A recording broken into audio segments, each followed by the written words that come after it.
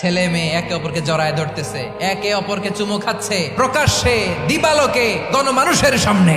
নারী যে কত সম্মানিত নারীরা এটা বুঝেই নাই। নারীদেরকে আল্লাহ বানিয়েছেন উচ্চতর করে। নারীদেরকে ছোট্ট জিনিস দিলে এটার বড় করে দেয়। নারীদেরকে ভ্রূণ দিলে, শুক্রাণু দিলে নারী এটারে বাচ্চা হিসেবে উপহার দেয়। দেখছেন, আপনি দিলেন একটুকুনি দিছে, আপনি তাকে একটা মুচকি হাসি দিয়ে দেন, সে তার কলিজা দিয়ে দেয়। কিন্তু যদি আপনি তার মনে কষ্ট দেন, সে আপনার জীবনকে জাহান্নাম বানায়া দেয়। নারীর মন বুঝতে পারলে নেয়ামত, বুঝতে না পারলে কেয়ামত।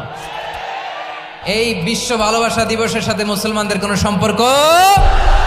বিশ্ব বেহায়া দিবসের কারণে এগুলোর আউটপুট হিসেবে মাঝে মাঝে এই ঢাকা মেডিকেলের ডাস্টবিনে নবজাতকের বাচ্চার কান্নার আওয়াজ শুনতে পাওয়া যায়। ওর বাবাকে, ওর মাকে, ও কোন ফ্যামিলির সন্তান কেউ জানে?